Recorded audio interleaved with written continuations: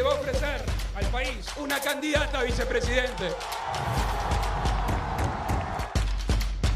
La compañera de fórmula tenía que ser una mujer. Queremos presentar a nuestro compañero de fórmula, el profesor Robert Silva.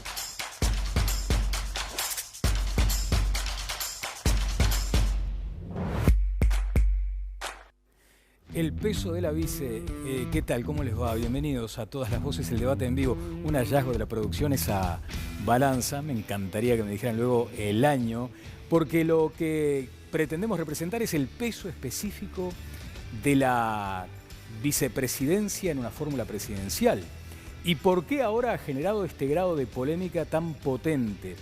El Partido Nacional cierra esa misma noche un paquete, más allá de que luego asoman algunas discrepancias, sobre todo desde el sector de Juan Sartori.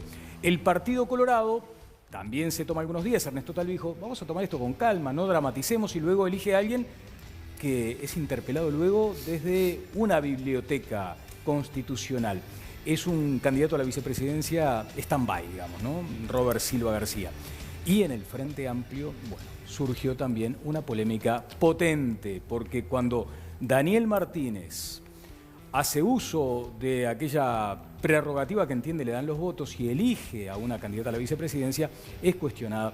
Se habla de dolor por parte de Carolina Cose y de grieta, fue un concepto que manejó también hoy en la radio. El peso específico de la vicepresidencia, uno de los asuntos que tenemos para esta noche en Todas las Voces. Al panel, qué gusto verlos, como siempre. ¿Cómo te va, Viviana? Viviana Ruggiero tiene importantes novedades hoy de El Guardián, además, Vivi. Sí, las repercusiones del informe que les presentamos el pasado martes, y en el día de hoy habló el ministro del Interior, Eduardo Bonomi. Tenemos nuevos documentos también para presentar. Muy bien, un agujero negro, dijo Javier García, el senador Javier García. Esto es un agujero negro, nadie controla nada. Tendrían que haber 8 informes en este periodo, no hubo ninguno. Sí, y generó mucha preocupación el informe en legisladores con los que estuvimos en contacto y también con autoridades. Bueno, vamos a estar hablando de eso. ¿Cómo te va, Gabriel? Muy buenas noches, Daniel. Tenés una fotografía que le mandaste a la producción, le enviaste una foto a la producción. Ojalá que la producción lo tome en cuenta, porque habla de una militancia de esta candidata a la vicepresidencia. Ahora ya la integrante de la fórmula con Daniel Martínez, ¿no? ¿En Paysandú fue esa fotografía? En Paysandú, al borde de la veda, en una caravana por todo Paysandú, congelados en un camión descapotable, con Mónica Xavier, Graciela Botino, ahí estaba excedido Y con Graciela Villar. Y con Graciela Villar, que fue la mejor oradora del acto en Paysandú el jueves, por destrozo. Diana Cariboni, la periodista invitada esta noche. Diana, encantado de tenerte acá también. ¿Cómo te va? Muy bien, Daniel, muchas gracias por la invitación. ¿Cómo ha sido este proceso? Bueno, muy de cerca, con mucho interés. Yo soy argentina y las elecciones allá vamos así como cabeza a cabeza, el mismo día. ¿No? Así que bueno, mirando un poco similitudes y diferencias. Sí, ¿y hay mucho de eso? Bueno, no, en principio no, la situación argentina es bien distinta, ¿no? Es decir, hay una crisis económica muy severa y está la cuestión de si el gobierno de Macri se repite o no, y si la coalición opositora que se está armando en torno a la fórmula Fernández-Fernández logra llegar al balotaje y ganar la segunda vuelta. No hay primarias. Hay primarias, sí. Las primarias que hay no son primarias. No son primarias, están desnaturalizadas, Totalmente, es verdad. nadie compite contra nadie, salvo a nivel de ediles. Pero es obligatorio ir a las PASO, que son el 11 de agosto. Exactamente. Vos sabés que a veces a uno le llega como cierto fastidio de aplicar terminología argentina a situaciones uruguayas, ¿no? Y entonces, ¿por qué decimos motochorro cuando es un delincuente en moto, ¿no? Bueno, ¿por qué decimos la polibanda? Y ahora surgió de parte de una calificada dirigente política como Carolina Cose el conceptito ese de la grieta. Y allí es donde uno dice, ¿y estamos acercándonos a esa realidad argentina? No. Y además yo soy una enemiga de la definición de la grieta. Me parece que habría que superarla en la política argentina. Pero bueno, eso es otra discusión. Es otra discusión que la tendremos. ¿Cómo te va, Conrado? ¿Cómo estás, Daniel? Las juntas electorales a las 7 de la tarde terminaron todos los escrutinios, salvo el de los votos observados de Montevideo, y hay algunas cosas ¿Hay realmente... novedades? ¿La concertación No, todavía novedades no? no. La concertación, insólito. ¿Faltan cuántos votos? Subió 2 votos. Sí, faltan 18. Le faltan 18. Le faltan 18. O sea, en el escrutinio de 480 subió a 482, sí. Pero en los votos observados de Montevideo, que son 20.000, podría ligar un número entre, digamos, 18 difícil, ¿eh? Ajá. Mi pronóstico es que no lleguen. Que no llegan. Bueno, muy bien, quiero saludar a mis invitados. Con Idata. Con Idata dando un nuevo pronóstico. Hasta ahora viene invocando bien. Sí, viene muy bien. Sí, sí. Qué gusto, senadora Constanza Moreira. ¿Cómo anda? Buenas noches. Muy bien. Gracias por el convite. Bueno, gracias a usted. Magíster en Ciencias Políticas, Ernesto Pampín. Buenas noches, ¿qué tal? Buenas noches. En Comunicación Política. En Comunicación Estamos Política. en un momento que hay que ser muy preciso con tiene razón. La precisión de los cargos. Y la dejé por último para presentarla a nuestra queridísima Mónica Botero. ¿Cómo te va, Mónica? Muy feliz de estar acá. Mirá lo que me dijeron acá que tenía que decir. De ese lado. Mirá lo que tengo que decir. Voy a leer. Mónica Botero, periodista, dirigente del Partido Independiente. En esa condición te estamos recibiendo. Pero yo quiero agregar algo. Integrante de la fórmula presidencial del Partido Independiente. Bueno, por respeto a los compañeros de dirigentes del Partido Independiente, puedo decir que sé, porque lo dijo mi candidato, que mi nombre se maneja para el sábado en la Junta Federal proponer al partido para integrar la fórmula. Bien, y sucederá. Y sucederá. Bueno, ¿cómo te sentís en cuanto a comodidades? ¿Se dan cuenta ustedes que la butaca de los invitados es más cómoda? Más cómoda. Sí. Es como un privilegio. Sí, pero bueno. para los que somos nuevos en política y viejos en periodismo nos sentimos más cómodos que la otra, me parece. Bueno, Jimena, qué linda cobertura, más allá del hecho que fue tremendo, ¿no? Como esto de Twitter y las redes sociales se encargan después de tomar todo para la chacota, ¿no? Pero lo cierto es que decían, Uruguay, el país en el que un negociador de la policía habló durante 1 hora con un ómnibus. 1 hora con un ómnibus vacío. Y bueno, yo creo que el operativo estuvo bien, pero me encantó además la cobertura muy eficaz y muy precisa de Canal 4 desde muy temprano. Jimena Savaris estaba ahí. Jimena, ¿cómo te va? Hola Daniel, buenas noches. Sí, estuvimos viviendo el minuto a minuto desde la Terminal Tres Cruces y bueno, con el desenlace que ya conocemos, pero siempre al firme con la cobertura de Canal 4. Y bueno, hoy es momento ahora sí de darles la bienvenida a todas las voces y a nuestro público que nos está viendo del otro lado, que ya puede comenzar a participar en redes sociales. Ya tenemos varias consignas planteadas en nuestro Twitter, @todalasvoces4, para que vayan respondiendo, y también tenemos planteado el sondeo de esta noche. Hoy les preguntamos, ¿a usted le gusta, le da lo mismo o no le gusta que haya una mujer en la fórmula presidencial? Allí van a tener las opciones para responder y estaremos viendo cuáles son los resultados al final del programa. Te cuento, Daniel, que hasta el momento ya tenemos casi 4.000 votos de nuestro público, así que pueden seguir participando. Estaremos contándoles más sobre sus mensajes y sus opiniones. Bueno, muy bien. Yo tengo a Connie casi como una referencia, ¿viste? El tío sabio, ¿no? Ese que te saca de todas las situaciones a veces enojosas. Ese y vos querés saber. Yo soy el Bueno, abuelo. pero en mi caso no. En mi caso serías mi tío sabio. Pero no le voy a preguntar a Connie por la edad de la balanza, pero es una reliquia, es maravilloso. No, yo les contaba a Gabriel que... ¿Viste? Ahí habla el tío sabio. Esta compañía holandesa que fabricaba estas balanzas y las armaba en el Uruguay, está todavía la etiqueta de la firma distribuidora. Tenía una pequeña fabriquita aquí, muy cerca de la calle Pagola, muy cerca del canal, y allí fue el primer trabajo como profesional que tuvo mi hermano menor, que es colega mío, que es el sexto, y venía todos los días acá a trabajar a ver, por lo cual le mandé la foto de la balanza. Me dijo, ay, me la pierdo porque no estoy en Montevideo. Un dato es que el pegotín que marca el servicio, el teléfono es de 6 dígitos. O sea, estamos en 8, ¿no? Tenés una pista ahí de hasta dónde Eso va. Puede ser a lo sumo de los 60. Senadora Constanza Moreira, el planteo que se realiza en la encuesta tiene que ver con si le gusta, le da lo mismo o no le gusta que haya una mujer en la fórmula presidencial. Me parece que su respuesta es obvia en este caso. Una experta española de ONU Mujeres estuvo hoy en Telenoche con Valeria Alonso y dijo, Uruguay está siendo un modelo a seguir por la incorporación de mujeres a la política. ¿Cómo se visualiza eso? Bueno, yo creo que más allá de me gusta, no me gusta, es una necesidad política, es una necesidad de la democracia, incorporar a las mujeres en paridad con los hombres en la política. Yo creo que el Frente Amplio fue bastante ejemplar cuando puso la paridad en el plenario, y nosotras, las mujeres del Frente Amplio, luchamos a brazo partido para que hubiera paridad en la fórmula.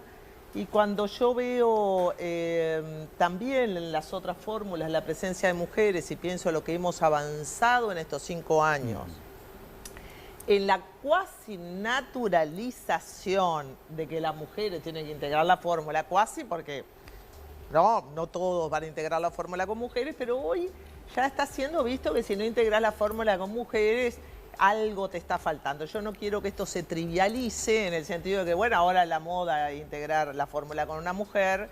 Hay que evitar la trivialización de este fenómeno, que este fenómeno se transforme en una cuestión de marketing, y reflexionar profundamente sobre por qué necesitamos mujeres en los primeros lugares de las políticas, porque los necesitamos en las fórmulas presidenciales, en las cámaras empresariales, en el periodismo, en el Estado, en las empresas públicas, en los lugares donde se construye el poder. Lo más importante de integrar una fórmula es construir poder en paridad, hombres y mujeres, y no que la fórmula sea un complemento, porque entonces, ¿cómo no vas a poner una mujer en una fórmula? Los avances en el Uruguay son impresionantes en 5 años, y reconozco el liderazgo del Frente Amplio en este proceso. Hay un tema también de capacidades, obviamente, de méritos, y además, volviendo al concepto de la balanza, en este caso, uno supone que la figura de la vicepresidencia será importante, ¿no? Ahí deberá tender puentes, tejer acuerdos, Mónica.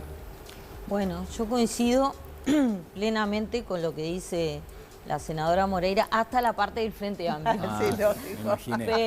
No porque no crea que el Frente Amplio no participó en la construcción, pero sería injusto, primero, con los movimientos, con las organizaciones no gubernamentales que han estado peleando por este tema, por visibilizar. Hay términos que uno ahora los usa y le suenan como manidos, muy manoseados, como visibilizar. Pero en realidad las ONGs que han trabajado por la condición de la mujer hace más de 30 años que están, y en esto quiero hacer un homenaje a quien fue mi modelo de feminismo, que fue la profesora Carmen Tornaría, una persona además de un nivel académico ejemplar, de una valentía personal y política muy grande, pero que fue de las precursoras, por lo menos desde la salida de la democracia, en este trabajo de visibilizar a las mujeres en todos los ámbitos de la sociedad, y uno de los últimos recintos es la política, masculino si los hay, y el otro es el manejo del dinero grande, ¿no? Que es el otro recinto que nos queda. Ahí creo que participaron muy fuertemente las organizaciones civiles y las mujeres políticas de todos los partidos, algunas de las cuales, una de ellas estamos viendo en pantalla, lo han pagado caro por haber estado cuando no era moda, digamos. Claro. Pero ¿en qué términos ese costo se pagó caro? Mirá, Beatriz dio una batalla muy dura adentro de su partido para lograr que se votara la cuota. Logró que algunos senadores la votaran. Es más, a raíz de eso, la cuota se votó hace 2 periodos, pero después Beatriz salió del Parlamento, no integró listas, y mucha gente quedó herida por haberse visto presionado públicamente a votar la cuota. Claro, ella misma lo dice. Sí, sí, en algún momento. Ernesto Pampín ha volcado mucho de su energía académica a describir la importancia de la figura del vicepresidente o la vicepresidenta, Ernesto. Sí, en esta elección, las 3 candidaturas vicepresidenciales de los 3 principales partidos son candidaturas anómalas de distinta forma. A ver. Del 96 en adelante, que se tiene una candidatura presidencial única por partido, todos los candidatos a presidente y a vicepresidente habían sido legisladores nacionales, intendentes o habían tenido algún cargo designado en el Poder Ejecutivo. Y las 3 fórmulas presentan una excepción a esto, excepto por Hugo de León, perdón, esa es la única excepción del 96 hasta aquí. En el caso de la fórmula del Partido Nacional es en términos políticos partidarios la menos anómala, pero por supuesto la anomalía que presenta es que a diferencia de todos los candidatos de los 3 principales partidos del 96 aquí, incluye a una mujer. Esto aumenta la representatividad de la fórmula sin duda y a cambio de que supuestamente se decía que el otro candidato a vicepresidente más probable hubiera sido Carlos Moreira, que hubiera representado una inclusión del interior en la fórmula que no está presente, acá, pero se gana otro tipo de representatividad. Después, la fórmula del Frente Amplio, además de incluir una mujer, es una mujer que no ha sido legisladora nacional y ha sido edila, y eso también representa una anomalía. Por supuesto que no es necesariamente algo de carácter negativo, ya que por supuesto que a nivel departamental también se hace política, y esto es seguro lo que Graciela Villar está queriendo comunicar. Además, la confección de la fórmula del Frente Amplio es anómala en que ha sido un poco controvertida, según hemos visto por las manifestaciones de algunos líderes históricos del Frente Amplio. Y bueno, finalmente tenemos la fórmula del Partido Colorado, en la cual, además de que Ernesto Talvi no ha sido nunca legislador nacional o nunca ha tenido un cargo ejecutivo ni a nivel nacional ni a nivel departamental, además ocurre que completa la fórmula con alguien que, si bien se podría considerar que ha sido director en un órgano ejecutivo, es algo distinto a lo que solemos ver un director del CODICEN en esta fórmula. Y bueno, por supuesto que aún resta ver si efectivamente va a ser el candidato. Exactamente. Y allí está el peso de los vicepresidentes, porque además hay un símbolo muy potente y es la foto que todos veremos luego de los distintos partidos ya con la fórmula integrada, juntos, a la par, como dice creo la canción. Y allí hay como momentos donde uno describe precisamente el impacto de esa imagen. Recuerdo, por ejemplo, cuando Mujica y Astori se toman aquella fotografía, tenía un cometido, querían comunicar mucho, ¿no? Más allá de la integración en sí de la fórmula. También lo de Sanguinetti con Batalla en su momento, en otro momento político. Ahora hay que ver el peso de los vicepresidentes en esta actual circunstancia, donde todo hace pensar en un parlamento fragmentado, como decíamos, ¿no? Donde habrá que tender puentes. Y allí es donde empiezan a surgir estas otras controversias. Lo de la cuota o lo de los méritos, Gabriel. Y obviamente, abro paréntesis, va a estar presente esta polémica tan potente en un partido con chances de ganar como el Frente Amplio, ¿no? Habló hace algunos minutos en Telenoche, hace ya bastante rato, Carolina Cose, y se refirió en términos por lo menos llamativos. Gabriel. Para separar un poco los tantos, ¿no? Hablemos sobre la cuota y la participación de las mujeres y luego sobre la conformación. El Frente Amplio también tiene que pasar por su plenario nacional, ¿no? Lo comentábamos el otro día. Creo que Graciela Villar fue la única que lo dijo en su presentación el otro día. Dijo, yo soy precandidata y tengo que pasar por el plenario nacional del FA. No es un trámite nada más. No, nunca es un trámite recorrer los mecanismos orgánicos del Frente Amplio. Históricamente se ratifica, ¿no? Históricamente se ratifica, correcto, pero no. ¿Pero ahora habría un matiz en eso? No, yo lo que digo es que hay mecanismos democráticos en el Frente Amplio que se tienen que cumplir y que la propia Graciela Villar lo dice. Cuando pones el acento ahí me lleva a preguntarte si tú entendés que este plenario va a ser diferente. Yo lo que digo, después vuelvo a la cuota, porque no he podido hablar de la cuota, pero lo que digo es... me interesa este punto porque es muy importante. El proceso, hablando de anomalías que me hablaban, el proceso fue muy anómalo, ¿no? No es porque los procesos de candidaturas en el Frente Amplio hayan sido complicados. Tú hablabas de Astori y Mujica. Estuvimos 3 semanas en la que no se juntaban y uno no fue al acto del otro, o sea, fue bastante más complicado que este, ¿no? Bueno, ni que hablemos de la fórmula Tabarenín, todo lo que se discutió el encuentro progresista, o de la primera fórmula, y si llevábamos un militar de presidente, y que ahora es el Pato Donald, al lado de los cuestionamientos que había en algunos sectores del Frente Amplio, con esa posibilidad, teniendo el liderazgo que tenía Sereni. Siempre fue complicado. Lo que digo es que ahora hubo un proceso complicado en el tema de la exposición pública, sobre todo, de esto. Creo que yo tengo todo el respeto y todo el cariño y el reconocimiento por Graciela Villar. Creo que es una compañera a la que yo le tengo un respeto enorme por su trayectoria social, política, militante. Creo que además es una gran oradora y que va a sorprender en la oratoria. Pero por eso digo, no cuestiono el resultado en el caso de la compañera. Lo que digo es que hay procedimientos orgánicos en el FA que se podrían haber recorrido de otra manera y que ahora se van a tener que recorrer. Te lo presento en estos términos, entonces, antes de pasar a Diana. Después quiero hablar de la cuota, si me dejas. Hablamos de la cuota, encantado. La fórmula no está cerrada. En términos de la orgánica del Frente, no. Necesita la ratificación de los organismos del Frente Amplio. Diana. Sobre los procedimientos orgánicos para nombrar un compañero de fórmula, me parece que no hay, en realidad, más allá de la ratificación del plenario. O sea, hay un terreno gris de cómo se designan los compañeros, y me parece que eso es algo que pasa en casi todos los partidos, ¿no? Es decir, influye mucho la decisión del que ganó la elección interna, pero también hay cuestiones que tienen que ver con los equilibrios de los distintos sectores, con la necesidad a veces de cerrar alguna herida, de sellar pactos o de sellar cierta lealtad para el proceso que se viene, pero no hay un mecanismo formal en los partidos para designar o elegir al vicepresidente, no lo hay. Y en cierto modo, cuando terminó la elección del domingo 30, los que empezaron a decir, bueno, Carolina Cose tiene que ser porque fue la segunda, parecían apelar a que existía, digamos, una especie como de... Ese del 1-2, ¿no? Claro, casi sistemático. Claro, que en otros casos funcionó, fue así, ¿no? En otras definiciones de las fórmulas del Frente Amplio fue así, y de otros partidos.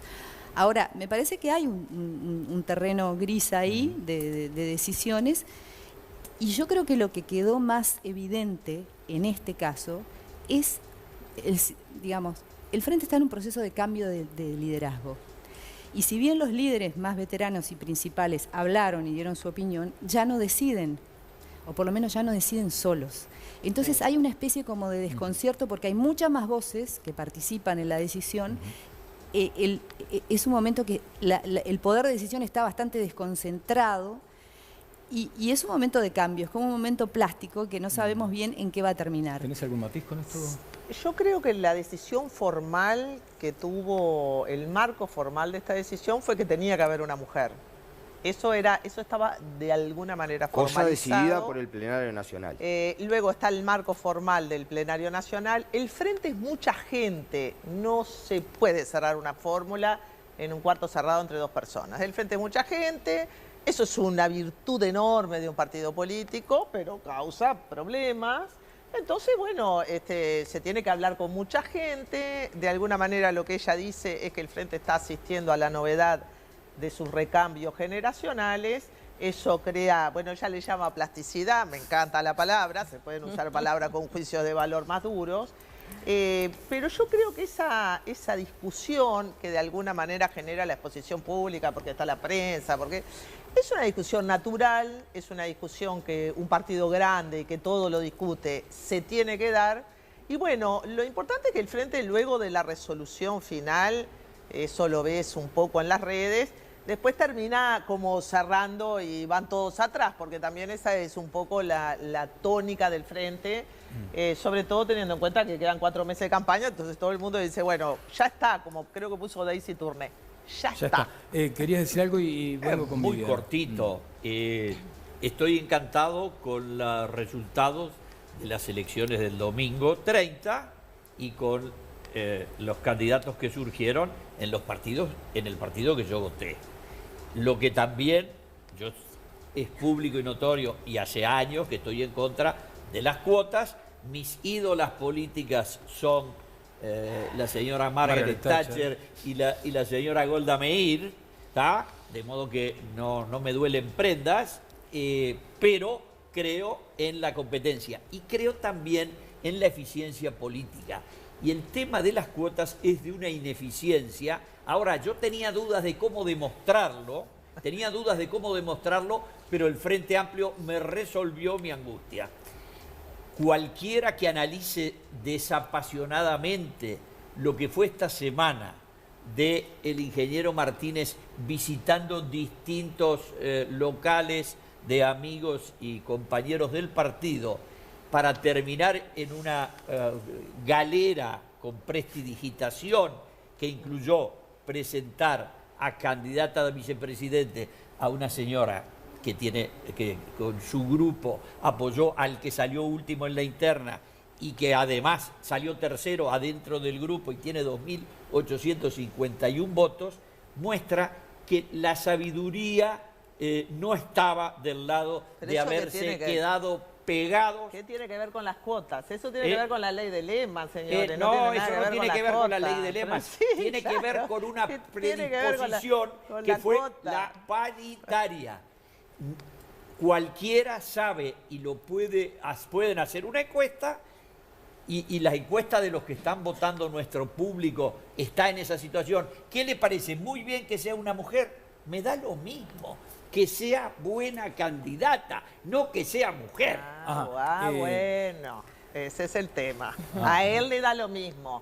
A nosotras no nos da lo mismo. A la ciudadanía no le da lo mismo. A los que escuchan este programa, no 74%. Y el sistema político votó en totum a favor de la cuota. Quiere decir, señor, que usted está en flagrante minoría. Por supuesto, su opinión es respetable. Estoy en flagrante minoría y me importa un pito.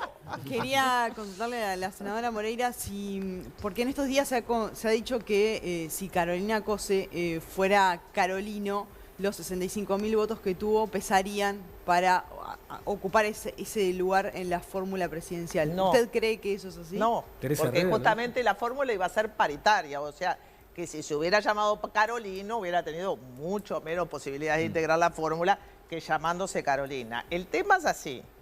En la medida en que el ganador tiene el derecho de elegir, y eso es una regla no escrita de la cultura política uruguaya, muy discutible, por cierto, por eso el Frente Amplio puso la norma de que tenía que ser una mujer, es decir, tu margen de elección se va a ver reducido, porque tiene que ser una mujer y además porque sí, tenés que consultar a los grupos porque después el plenario te tiene que refrendar. Eso es el funcionamiento de un partido que tiene su densidad y su peso. Ahora, el tema de que no fuera Carolina y fuera Graciela Villar tiene que ver con la decisión que tomó Daniel Martínez de quién consideraba él que complementaba mejor su idea de hacer un equipo. Claro, pero ¿no se le hizo más fácil desacreditar esos votos porque era una mujer? Que si hubiese sido un hombre hubiese tenido más peso ahí. No, no en el sentido, a ver, yo también competí igual que Carolina en las elecciones y tuve en su momento 53.000 votos. Y sin embargo, no complementaba la fórmula con Tabaré. Yo misma dije, ay, suma que restan, esto no va a funcionar. Las cosas pero tienen en su caso que funcionar. Dijo que no y en el caso de Carolina sí. Las cosas tienen que funcionar. En la medida que es un resorte de quien elige, que es el resorte de Martínez, lo que hizo Martínez fue elegir fuera del grupo que lo había apoyado. Claro, lo que llama la atención, Constanza, que lo hemos mencionado creo que acá mismo en el programa, es, correcto, eligieron a una mujer como precandidata a la presidencia. Esa mujer obtiene después un volumen importante de votos. Sí. Entonces, es mujer, pero con votos. Es mujer con votos y sale segunda.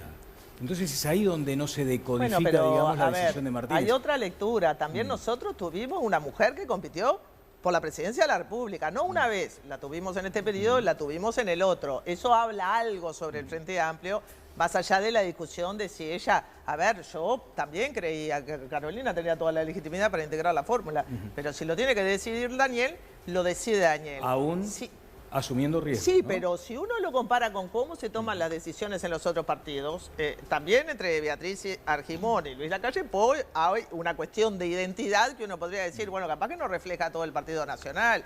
Hay una cuestión de que son los dos de Montevideo, capaz que no refleja... Problema del Partido Nacional. Digo, Mónica.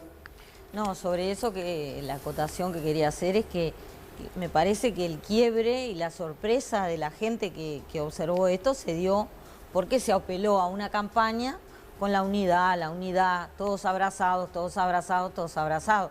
Y el día en que hubo que elegir una vice, lo de todos abrazados no caminó y Daniel hizo explícito que él con Carolina no tiene feeling. Entonces me parece que ahí fue el problema. Lo que uno no entiende bien es cómo, si se sabía que a él lo daban como ganador hacía un rato, no había considerado la posibilidad de ir de alguna forma consultando. Pero es como dice Constanza, cada partido hace lo que le parece. Lo que quiero seguir una vieja polémica que tengo con Connie sobre la cuota.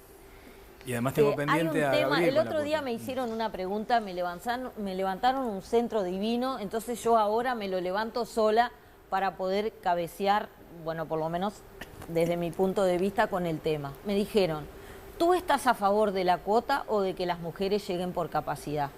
Entonces le dije, yo estoy a favor decididamente de que las mujeres lleguen por capacidad.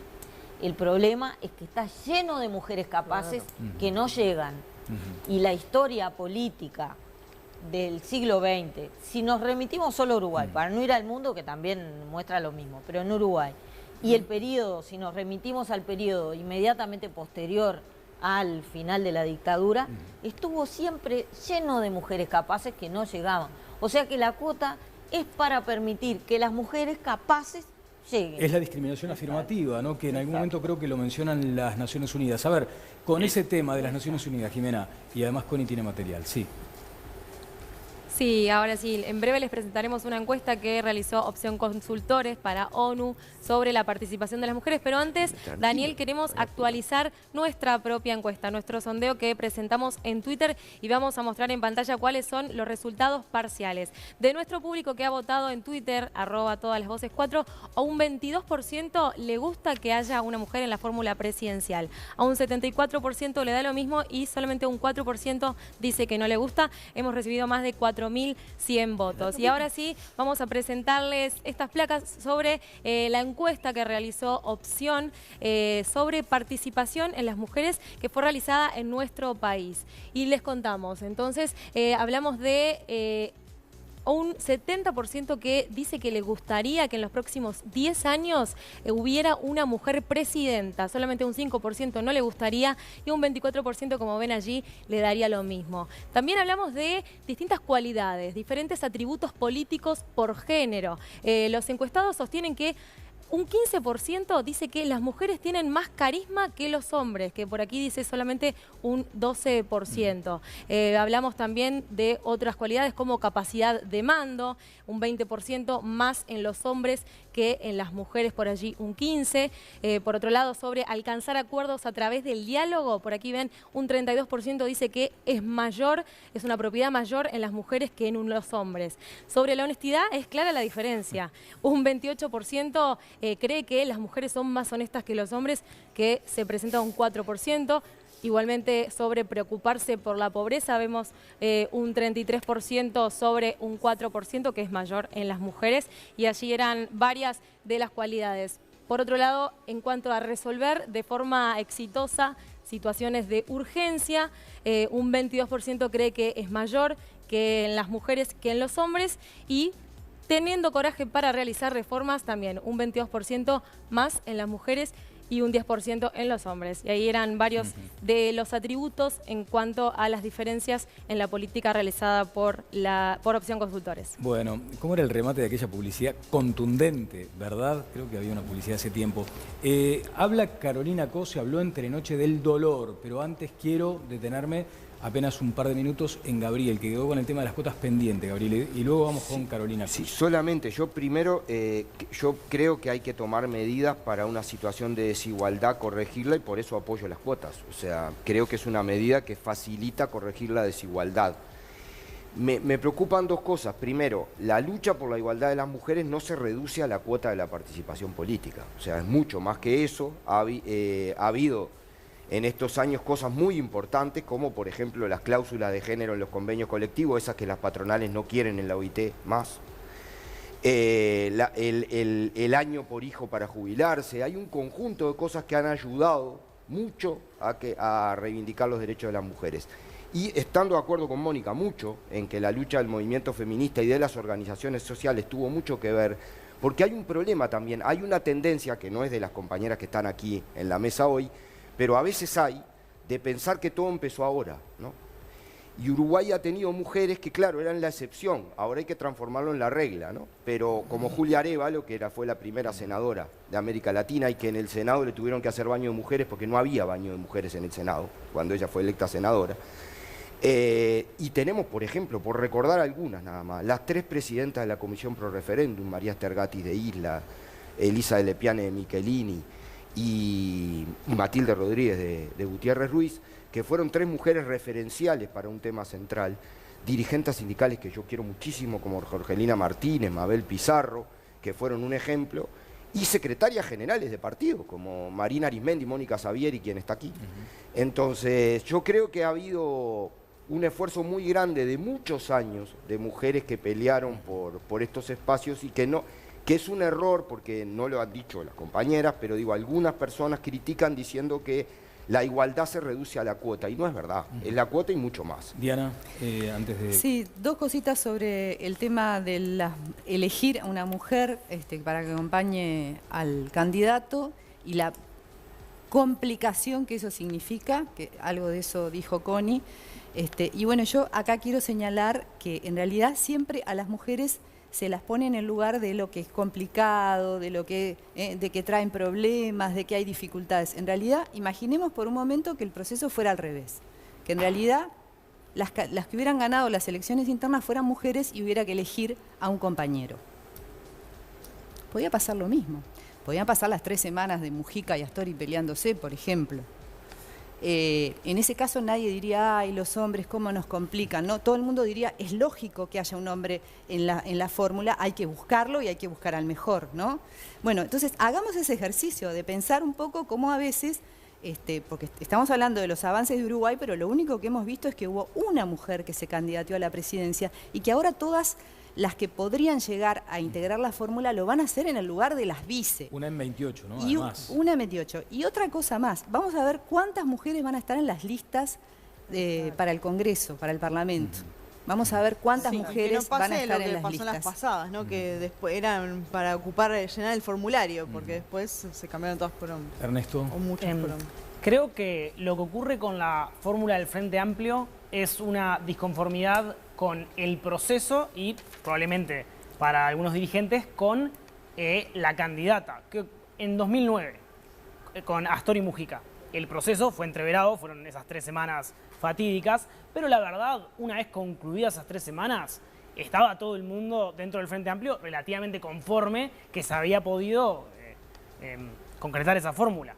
Y claramente lo que ocurre, además de las frustraciones que mostró Astori, que mostró Lucia Topolansky, que mostró la propia Carolina Cose, bueno, está también una discusión sobre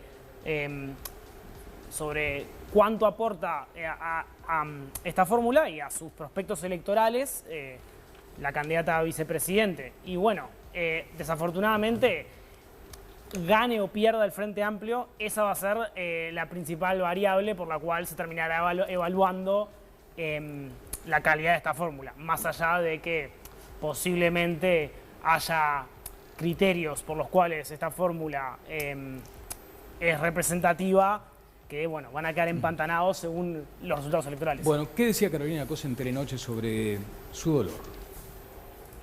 El proceso de la semana pasada me dolió, más allá de mí, ¿verdad? Porque uno es uno, también es su entorno y mi partido, ¿verdad? Yo sentía el dolor de un proceso que no era adecuado para el Frente Amplio.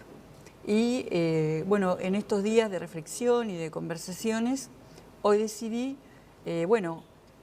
decidí hablarle a los Frente Amplistas, a los que me votaron y a los que no me votaron, porque percibí en la calle un gran enojo y una desazón. ¿Qué le provocó más dolor? ¿El procedimiento? ¿El que no le... ¿Cómo fue la conversación con Martínez cuando empezó esa ronda de contactos antes de tomar la decisión? Sí, el dolor no es el de estar o no estar en una posición. ¿Sabes que yo hoy volví a ver a Carolina Cose? Me di cuenta hoy cuando la escuché que realmente estuvo un poco desfigurada en esta campaña, ¿no? El día del debate en un tono, diciendo cosas que no es la forma de expresar. Hoy volvió a ser ella. Ah, hoy la ves más auténtica en esa entrevista que la del debate, demasiado preformateada. Sí, cuando terminó te comenté, realmente creo que hoy volvió a ser ella, volvió a hacer la cosa que conocíamos. Volvió a estar como, no solo en lo que dice, sino en cómo lo dice, hasta en su gestualidad, más allá de que su apariencia, digamos, sigue manteniendo la de la campaña, pero volvió un poco a lo que era ella, que creo que se había desfigurado y en esa autenticidad hablo de desazón, de malestar, de enojo. Sí, yo voy a hacer una pequeña protesta, pero muy pequeñita, porque me parece que vinimos a hablar sobre la presencia de las mujeres en las fórmulas presidenciales y todo termina siendo sobre la fórmula de Frente Amplio. Yo sé que ustedes piensan que el Frente Amplio va a ganar y vale la pena dar esta discusión, es un chiste, pero todo termina siendo sobre COSE, sobre la fórmula de Frente Amplio. Me hubiera gustado que la reflexión sobre las mujeres integradas en las fórmulas y lo que esto significa de nueva construcción política para el Uruguay lo pudiéramos haber hecho para todos los partidos políticos y no tener al Frente Amplio en el banquillo de los acusados. Simplemente es chiquitita la protesta y quería hacerla, nada más. Chiquitita es la mía también, en el sentido de, tú entiendes que alguna otra circunstancia interna, estoy hablando del Partido Nacional y del Partido Colorado, igualan la circunstancia que atravesó el Partido el Frente Colorado Amplio. tiene un gran problema con Robert Silva, porque no se sabe si tiene o no tiene una incompatibilidad constitucional. Fue Carolina Cose, y bueno, ahora te contesto lo de Carolina, pero me parece que el foco es en los errores y eso me parece sesgado políticamente, pero yo soy pero acá política. No hay sesgo, acá soy política, ¿qué te voy a decir? Claro, Constanza, con todo cariño, acá se identifica, me parece un hecho potente, ¿no? Y por eso se centraliza en algo que dice, además, quien hasta hace un rato y era ahora paso al tema, hago mi protesta y paso al tema. Yo creo que Carolina tiene la virtud de decir cómo se siente y eso me parece que está muy bien, que las cosas hay que ventilarlas y no barrerlas abajo de la alfombra. Ahí está la situación, se sintió dolida, le hubiera gustado servirse, ya está. Digo, ¿a qué me parece que el Frente expone sus temas, expone sus problemas para construir una fórmula? Y gente, la política es conflicto y es exposición y barrer abajo de la alfombra y tener una cierta elegancia, a mí no me sirven políticamente, porque creo que la política es conflicto y lo que está evidenciado es eso. De cualquier manera, me parece un problema menor. Es decir, no comparto para nada de que se va a juzgar el desempeño electoral por cómo construyó la fórmula y el dolor de quien quedó segunda. No, mi opinión, no lo comparto políticamente y no lo comparto politológicamente. Mi opinión, creo que los votos del Frente van a depender mucho más del desempeño de sus últimos 15 años que de eso, pero... Mi opinión no fue que la fórmula vaya a ser exitosa o no respecto a la paridad de género. Mi opinión fue que cuando pase el último domingo de octubre y tengamos un resultado, básicamente se va a evaluar la sabiduría de la decisión de Martínez según el resultado. Por eso es que creo que... ¿Pero quién va a hacer esa evaluación? ¿Cuál es el criterio científico para hacer esa evaluación? Eso es lo que encuentro poco sostenible de lo que vos decís. Dentro de 4 meses, ¿se va a analizar el desempeño electoral del Frente por la virtud de la fórmula? Yo bueno, no si lo no creo. ganan este procedimiento, probablemente se lo vayan a cobrar a Martínez. Entre millones porque él de se otras mandó cosas solo, que van a pasar en la campaña. se mandó solo con un nivel de audacia que no estábamos acostumbrados a ver. Está bien, hay una parte de esa audacia del frente, que está muy bien, ¿no? Que Martínez diga, mira... Puede ser que Tabaré Vázquez me haga una recomendación, que Danilo Astorre me haga una recomendación y que Mujica me haga una recomendación. Pero, señores, voy a decir yo, esa parte del nivel de audacia a mí me cae muy bien. Claro, no estamos evaluando eso. Pero estamos evaluando que les dijo, está bien, vos me decís lo que quiera, pero no le voy a dar bola a ninguno de los tres. Eso es un vuelco importante que él después va a tener que hacer, del que va a tener que hacerse cargo en una victoria, por supuesto, y le va a venir bárbaro. Pero una derrota probablemente también le pone esa cuenta. Dicen que el mundo es de los audaces, los riesgos también los asumirá. Yo como politóloga jamás leería que el triunfo o el fracaso del Frente Amplio en octubre tiene que ver con la fórmula. Como politóloga, pero jamás. Porque leería que con la este proceso que implicó incidencia su de la liberación fórmula en un partido que lleva 15 años gobernando debe ser del 5%. Hablando de cuánto pesa, usted que tiene una balanza ahí. Sí. Constanza, ¿cuánto pesa? Y yo le diría... Constanza, mi producción académica sobre las vicepresidencias, de hecho, desestimo generalmente el valor del candidato vicepresidencial en cualquier elección. Yo no hablo de criterios científicos. porque de hecho mi argumento iba a que son tal vez difíciles de establecer porque no vamos a tener el contrafáctico.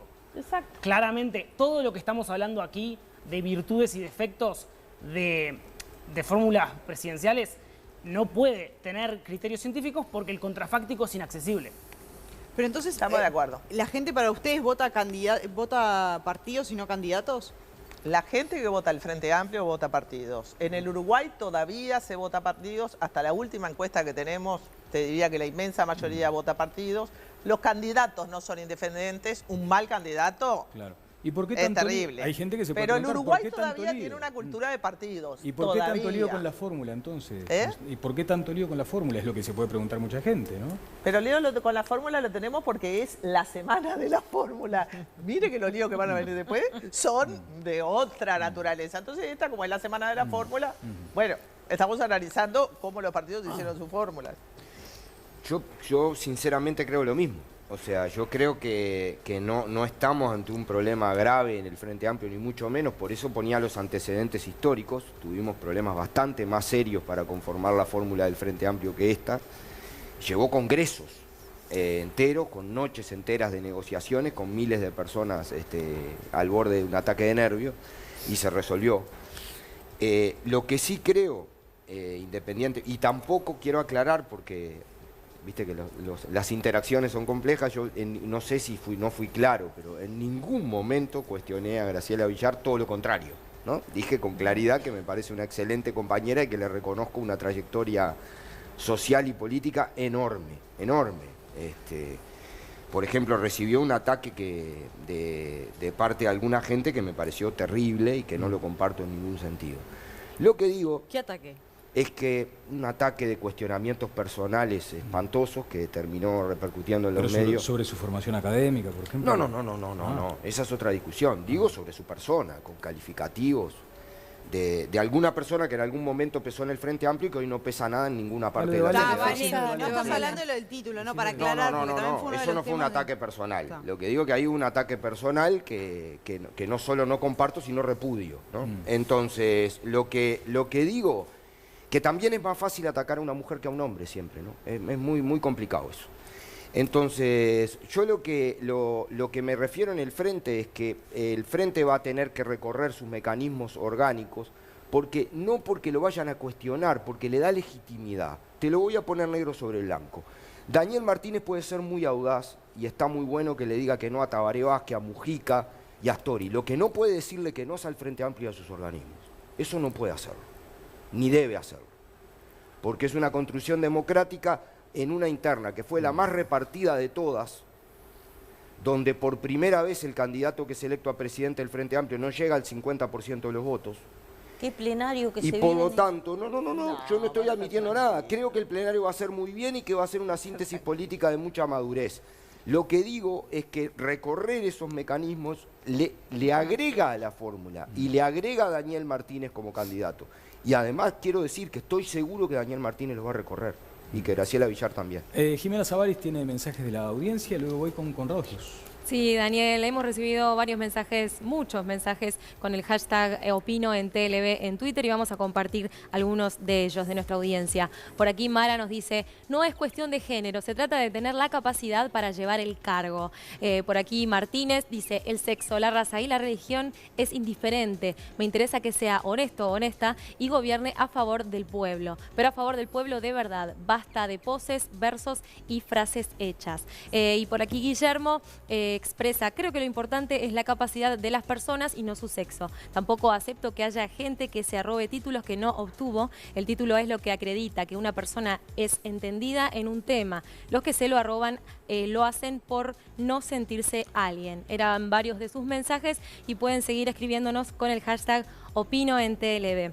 Pero ahora tengo una recomendación para ustedes, porque Acompaña presenta Acompaña, Residencias y Calidad de Vida. Por primera vez en Uruguay accedes a calidad de vida prepaga para tu madurez. Informate al 0800 89 39. De vos depende cómo querés vivir cuando seas mayor. Mira. Cuando sos joven no tenés tiempo que perder. La vida es ya, querés vivirla a 1000. Un día llega la pareja, hijos, y el tiempo empieza a no darte. Y te dicen, tranqui, lo que importa es el tiempo de calidad. Te volvés grande, mayor. Y ahí estás vos. Porque la vida es eso que te pasa a vos. Todavía te sentís joven, pero sabés que lo que se viene te puede encontrar desprevenido. No te distraigas. Pensá en vos. Pensate mañana, pero hacelo hoy. Acompaña presenta Acompaña Residencias y Calidad de Vida. Por primera vez en Uruguay, accedes a calidad de vida prepaga para tu madurez. Viví el puesto. Viví Uruguay. Gastronomía, estilo y tradición en uno de los lugares más lindos de Carrasco. El Puesto, la parrilla tradicional de Montevideo. Como veíamos, a nosotros nos acompaña El Puesto, la parrilla tradicional de Montevideo, un lugar increíble para disfrutar en pleno corazón de Carrasco, en Schroeder, casi avenida Arocena. Y ahora tengo otra cosa para contarles, porque tu mejor plan está en Montecable. Son más de 75 señales con el más variado entretenimiento. Pack HD para disfrutar la mejor definición, fútbol uruguayo para vivir la pasión en la comodidad de tu casa y MC Go Live, porque teniendo tanto para ver, tenés que disfrutarlo desde donde estés. Quédate con la mejor opción. Suma 20% de descuento con débito OCA y contrata Montecable. Llama al 2909-0000 o ingresa en montecable.com. Bueno, notable. Muchas gracias, Jimena. También cabe una pregunta. Si en esta campaña o de acuerdo al escenario que se está configurando, adquiere otro valor, otro peso, ya que tenemos la balanza, adquiere otro peso la figura del vicepresidente.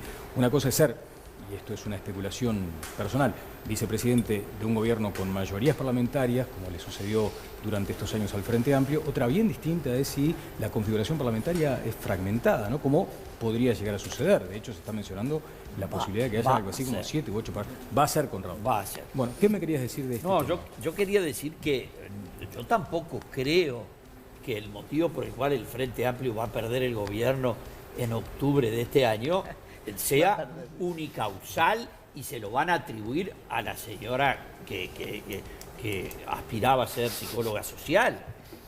Sin duda no es así, es multifactorial y hay cosas más importantes. Un gobierno que tuvo que echar al vicepresidente de la República por corrupto y tuvo media docena más de gente en los juzgados y procesados, un país que triplicó el número en 15 años, el número de homicidios y de rapiñas en la vía pública, un gobierno que está completamente al garete, donde el presidente de la República no tiene ni el apoyo de su propio viejo partido político. Entonces, eso sumado a otro factor, se habla mucho, porque eso al Frente le encanta, es del tema de la militancia, pero los países se gobiernan con el que tiene mucha sufragancia. Y acá la sufragancia no apareció.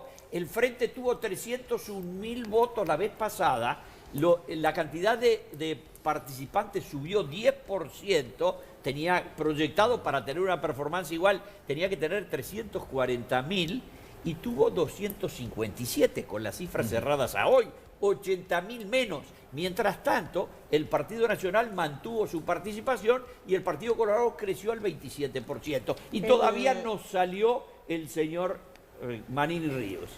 Yo creo que el gobierno que se mide en esta elección, el Frente Amplio que se mide en esta elección, es el gobierno que logró mantener la cáscara de nuez que es el Uruguay flotando en mares agitados sin tener 32 de pobreza como tiene Argentina, sin tener una recesión prolongada como la de Brasil. Uruguay sigue dignamente teniendo una tasa de crecimiento que lo salva de la zozobra, teniendo un porcentaje de desempleo que no llega al 9%, teniendo un porcentaje de pobreza que no llega al 9%, con gran dignidad el tercer periodo de gobierno, en el medio del desplome de los países vecinos, logró mantener la nave a flote y será juzgado por eso, Ahora, sobre la militancia, no sé cuánto puede saber él sobre la militancia, yo creo que la militancia y la sufragancia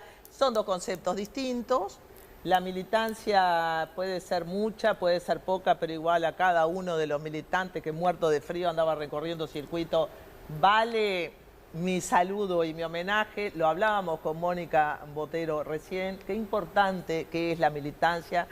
Y yo creo que el Uruguay tenga militantes no rentados en los partidos políticos para sacrificar su tiempo, para sacrificar su energía, saliendo a convencer a gente que no quiere ir a votar y poniendo su corazón, es lo que está salvando al Uruguay de desplomarse con los Bolsonaro brasileros y de desplomarse como los Macri argentinos. Así que salud al sistema de partidos uruguayos y salud a la militancia, No me importa que sea poca, que sea mucha. Que los partidos tengan militantes no rentados en este país es una cosa maravillosa. Bien, para esa configuración, Diana, tengo la imagen de Gabriel Mazarovich con la señora Graciela Villar, la voy a tener en minutos, pero sobre la importancia en este contexto político actual. Bueno, hablando de la necesidad que va a tener el próximo gobierno de negociar con un parlamento más diverso y con una, casi seguramente sin mayoría para el que gane, sin duda que la figura del vicepresidente o de la vicepresidenta crece. Yo quería recordar algunos ejemplos próximos y bastante recientes de traiciones tremendas de los vicepresidentes que tenemos, por ejemplo, en el primer gobierno de Cristina Fernández, cuando Julio Cobos, su compañero, su vicepresidente del Partido Radical, en un escenario donde no había una mayoría parlamentaria clara, el no positivo al aumento de las retenciones a las importaciones agrícolas. Y tenemos a las exportaciones. A las exportaciones. Perdón. Porque es uno de los mamarrachos a las formidables que en que el Uruguay existiendo, nunca hicimos el frente en 15 años, felizmente. Que siguen existiendo en Argentina las retenciones. Un disparate espantoso. Bueno, es una fuente de divisas muy importante para el país. Exacto. Pero más allá de la política concreta y de la medida, eso fue la ruptura de la presidenta con el vice. Y después tuvimos la de Dilma Rousseff y su vicepresidente, también ajeno a su partido, Michel Temer, cuando ella es sometida al juicio político y él apoya ese proceso y termina asumiendo y terminando el periodo. Entonces, bueno, no tenemos circunstancias en el Uruguay donde se plantee una coalición de gobierno y entonces el compañero de fórmula no está planteado en estas elecciones. El compañero de fórmula sea de otro partido, y eso después pueda generar un desequilibrio, una ruptura, etcétera. Pero la cuestión de la lealtad del vicepresidente al presidente y de serle útil en negociar los acuerdos en el Parlamento es un asunto que sí va a ser importante, me parece. Y creo que eso estuvo en cierto modo presente en este periodo, porque más allá de las polémicas en torno a la figura de Sendik, sí pareció quedar claro que cuando Sendik salió de la vicepresidencia y asumió Lucía Topolansky, las cosas mejoraron mucho, o por lo menos eso se dijo en su momento, incluso desde el Poder Ejecutivo y desde el Parlamento, acerca de la capacidad de coordinación, etcétera. O sea que no es un tema menor, me parece. Gabriel. Perdóname, Diana. Adelante, Diana. No, en realidad plantear a raíz de lo que dice Diana, si hay alguna, porque se dice que el candidato el vicepresidente tiene que tener dos características, ¿no? Por un lado, también que ayude a juntar votos, como se dice, y también eso, ¿no? Que sea, que tenga capacidad de negociar para el Parlamento. ¿Hay alguna característica que tenga más peso que la otra?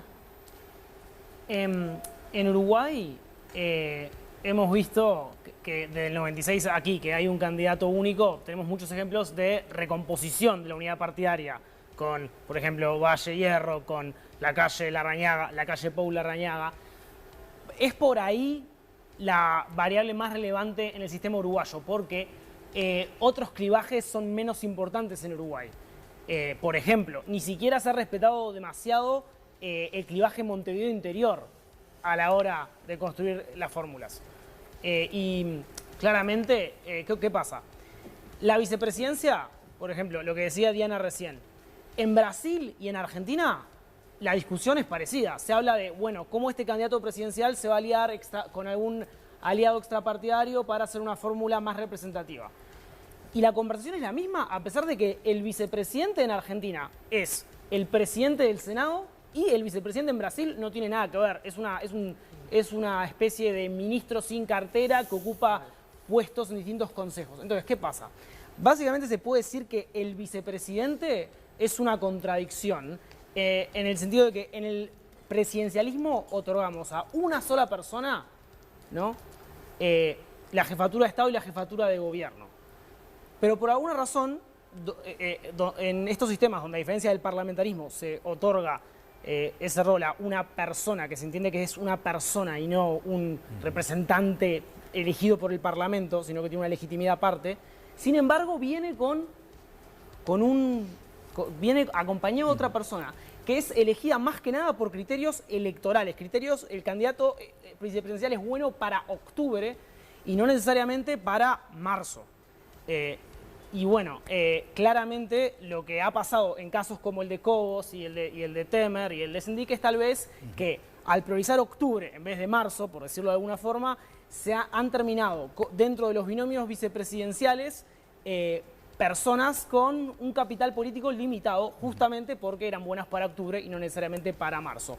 Y bueno, en un gobierno que se viene en el cual el que gobierne no va a tener mayorías, el capital político propio del vicepresidente va a resultar muy importante. Bueno, voy con Viviana con el tema del guardia. Vamos a meternos un poco en el Partido Colorado con esto de el vicepresidente. ¿Es legislador? Desde el punto de vista politológico. Hoy hubo una discusión sobre eso interminable, sobre si el vicepresidente es un legislador. El vicepresidente puede ser un legislador porque puede salir de Sendik lo hizo, ¿no? No, se baja del podio ese en el que se está, uno quiere intervenir en un tema. Entonces es legislador. Entonces, potencialmente es un legislador. En realidad es una especie de jefe de orquesta. Pero en el caso del Frente Amplio en estos 15 años, el vicepresidente es el que hace el enlace entre el Poder Ejecutivo y las bancadas parlamentarias. Es tremendo trabajo el del vicepresidente, porque el Poder Ejecutivo hace su proyecto de ley y después nosotros decimos estos proyectos, no, esto hay que corregirlo, esto no me gusta. Entonces, lo que hace el vicepresidente, estamos hablando de un gobierno de partido, ¿no? De un gobierno de partido. Yo festejo las mayorías parlamentarias, son las que permiten gobernar.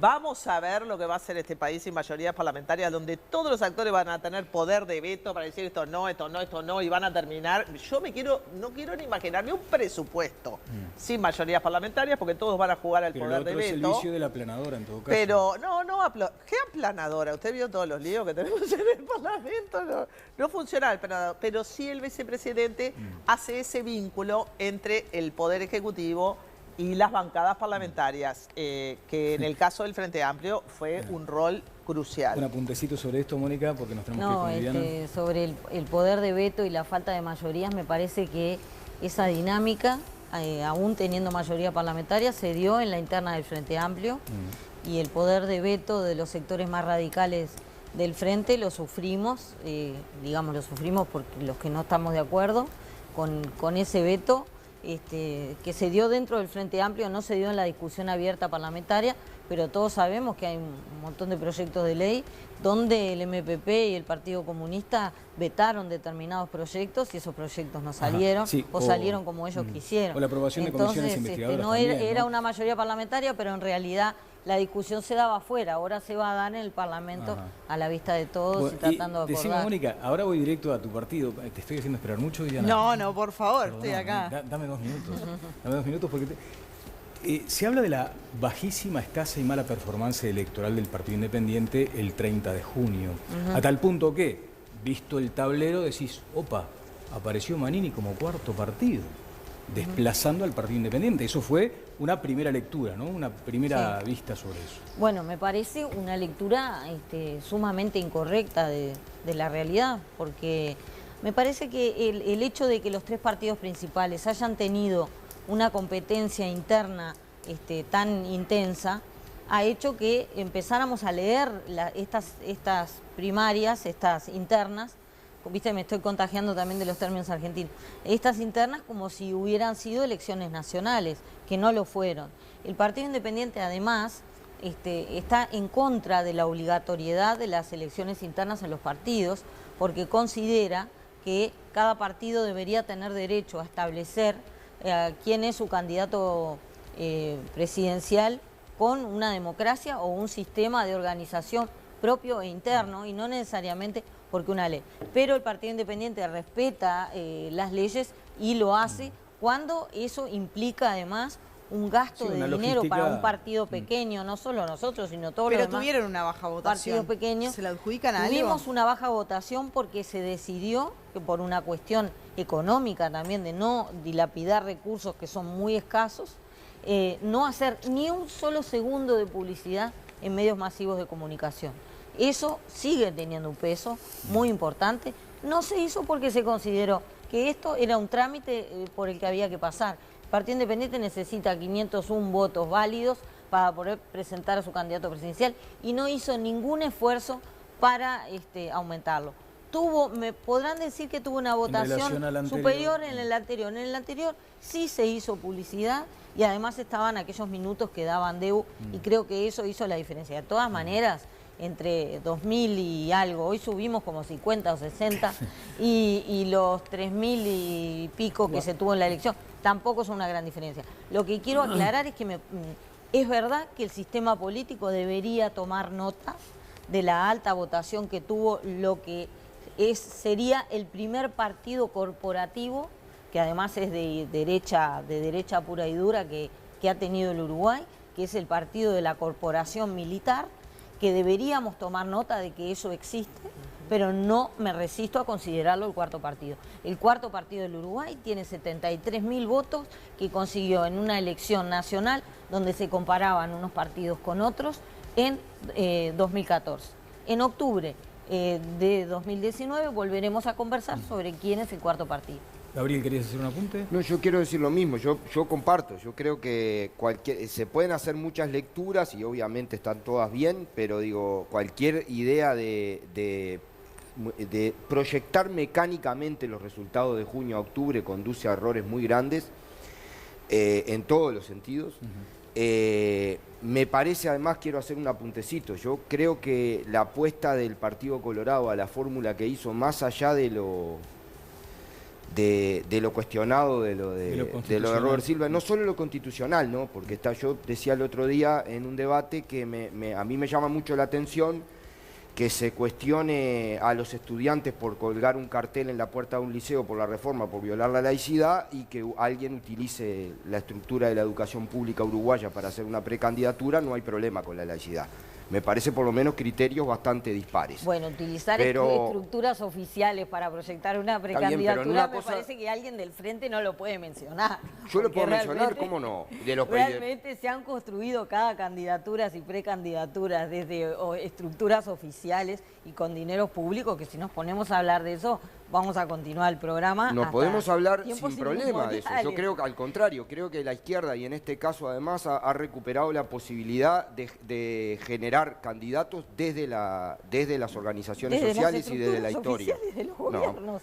Dos de ellos notoriamente. La candidatura de Manini se construyó desde las estructuras Entonces, pero por eso digo, pero cuando se critica, la candidatura de Manini, simplemente un segundo. Yo creo que la candidatura de Manini se construyó con fondos públicos, por decirlo de alguna manera, se construyó desde un lugar de poder en la corporación armada más importante de este país. Para mí, los comandantes en jefe deberían tener un periodo de inhibición claro entre que salen y que pueden ser candidatos. El Uruguay nunca lo pensó porque nunca pensó que le iba a pasar esto, de tener un partido que representa por primera vez una corporación militar, tomado directamente de Brasil, ¿no? Porque Argentina no tiene eso, lo tiene Uruguay ahora tomado de Brasil, pero esa candidatura, ¿cómo se construyó? Se construyó más allá de nuestros errores, ¿no? Que son un montón en relación a esto, pero se construyó teniendo el mando de tropa a cargo. Constanza, tú me decías en la radio que también te genera cierta duda el hecho de que haya mandos militares que hayan solicitado, pedido, recomendado, aconsejado que votaran por Manini.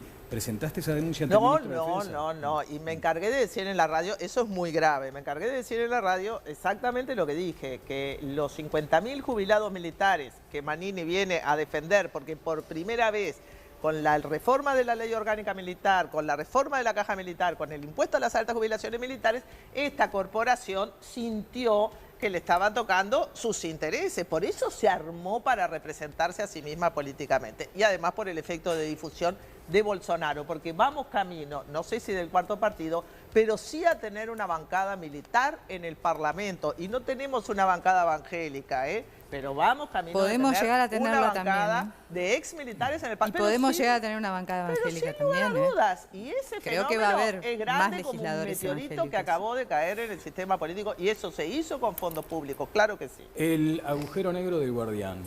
Así es, Daniel. El martes pasado les presentamos un informe a propósito de la Auditoría Interna de la Nación y también de una nota que nos envió el Poder Judicial a propósito de una pregunta nuestra que decía que las garantías que se habían implementado para garantizarle a la población de que el Guardián no se iba a usar sin el aval judicial no se estaban cumpliendo, no se cumplen ahora y no se cumplieron en los últimos años. Este informe generó gran revuelo, mucha repercusión, muchos actores políticos diciendo que esto era grave. Bueno, en las últimas horas, en el día de hoy, fue el ministro del Interior, Eduardo Bonomi, al Parlamento. Fue por otro tema, por la fuga de Rocco Morabito, pero a la salida se le preguntó sobre este tema del Guardián y es una voz que hasta el día de hoy no se había escuchado. Y yo creo que esta voz confirma que hay nuevamente un cruce entre el Ministerio del Interior y la Suprema Corte de Justicia. Vamos a escucharlo y les explicamos por qué. Hay un protocolo que no indica a quién se le entrega la información. Por otra parte, la información que se tiene que entregar ahí es estadística, no es a quién, sino cuántos. Y recién ahora nos han pedido esa información, entonces se estableció un canal a quién entregarle la información. La información está, la información siempre estuvo a disposición. Lo que no estaba era la persona designada que la tenía que recibir. Ahora sí, se ha dicho quién la va a recibir de la Suprema Corte de Justicia, se va a empezar a trasladar. Pero les insisto que esto no tiene nada que ver con las personas a las que se está investigando. La información que se tiene que dar ahí es cuántos y no quiénes. ¿Era cada 3 meses que debería... Pero si no hay a quién dárselo, si no se designó en el protocolo a quién se le tiene que dar... ¿Por qué no se designó? Eso no es una designación nuestra. Y nosotros tenemos quién la tiene que dar de nosotros. ¿Quién? No sé, yo le digo que no está designado en el protocolo, no somos nosotros quien designamos a quién se lo tenemos que entregar, nosotros designamos quién lo tiene que entregar, eso ya está. Nos falta el agente de enlace en la Suprema Corte. Eso es lo que dice el ministro, y el ministro o está mal informado o está mintiendo, porque la Suprema Corte de Justicia, el Poder Judicial, designó a esa persona en el año 2017 y así se lo comunicó al Ministerio del Interior. Tenemos la comunicación que hubo, se la vamos a pedir a producción que la ponga en pantalla, ustedes allí la ven. Se le notificó al Ministerio del Interior el 16 de mayo de 2017 quién era la persona de enlace de la Suprema Corte de Justicia para transmitir toda la información referida al Guardián. Ustedes recordarán que este es el punto del protocolo del que habla el ministro, este memorándum que firmó la Suprema Corte de Justicia, el Ministerio del Interior y la Fiscalía General de la Nación, donde el Ministerio del Interior se compromete a cada 3 meses pasar información, como dice el ministro, de cuántas interceptaciones se hicieron, cuántas se echaron para atrás, no hubo un acuerdo y otros detalles. Esto no se cumplió y tampoco se cumplió el pase de información al Poder Judicial por parte de las empresas telefónicas para poder hacer allí un cruce de información. Pero como ustedes ven, lo que dice el ministro Bonomi no es así porque existió esta comunicación el 16 de mayo, está remitida a Charles Carrera, que en ese momento estaba en el Ministerio del Interior, hoy está en el Parlamento. Pero es decir, hubo una comunicación y de hecho la Suprema Corte de Justicia había hecho esta designación, había designado a la persona que se iba a encargar de recibir esta información. Se lo dieron en confianza a Toma, que lo guardó en algún cajón y junto con la firma de los Ahí está asuntos. planteada entonces esa dificultad, digamos... sí, que se agrega con lo que acaba de decir hace algunas horas nada más el ministro del Interior, y sin duda hay una diferencia, ¿no? Y déjame decirte también que vos hacías referencia a lo que dijo el senador Javier García, que en el día de ayer se juntó con el presidente de la Suprema Corte de Justicia. dijo que, bueno, salía más preocupado de lo que había entrado y va a plantear este tema en el Senado cuando vuelva a ir el ministro del Interior. En el día de hoy no dio el tiempo, pero el ministro va a volver a ir en los próximos días por el tema de los militares, el control de las fronteras, y allí se le va a plantear este tema. Hay otros legisladores también que están siguiendo atentamente el asunto y, bueno, evaluando qué acciones tomar. Además va a haber algún pedido de informe a la Auditoría Interna de la Nación para conocer más sobre estas fallas que se detectaron en el informe anual. Bien, vamos a ir al cierre luego de la pausa del programa y nos gustaría detenernos ya en el último tramo en algo que pasa inadvertido a pesar del peso enorme que tiene, de la connotación extraordinaria que tiene para quienes sostienen que es también una celebración de la democracia. Ya que estamos hablando de que el 30 se fortaleció la democracia, que una vez más se puso de manifiesto la actitud cívica ante el voto y ante los partidos y ante nuestro sistema, bueno, hubo una condena por el Plan Cóndor. Eso sucedió en Italia y me parece que merece la pena, por lo menos como avance, tener algo durante el último tramo de Todas las Voces. Y por otra parte, para más adelante, el informe Bachelet. Esto será para próximos programas aquí también en Canal 4. Ahora la pausa.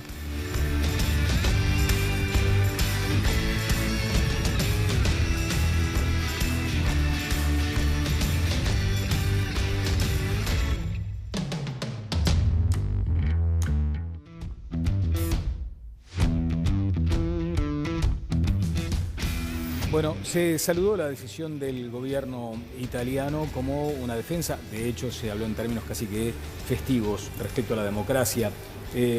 Constanza Moreira. Bueno, es un logro contra la impunidad. La verdad que veníamos muy malheridos del anterior fallo de la justicia italiana. En este caso, bueno, para el Uruguay la novedad es el procesamiento de Trócoli, porque el procesamiento de Gavazo y Maurente ya estaban.